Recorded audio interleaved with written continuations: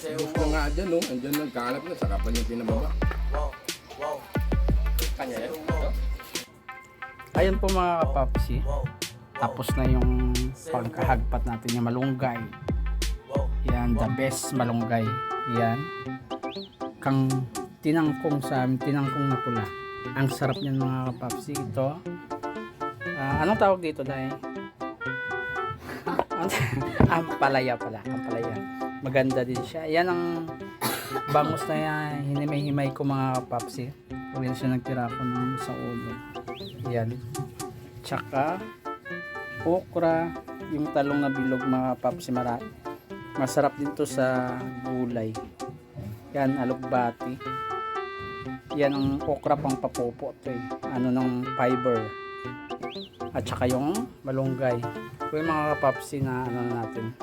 Let's go, lutuin na natin.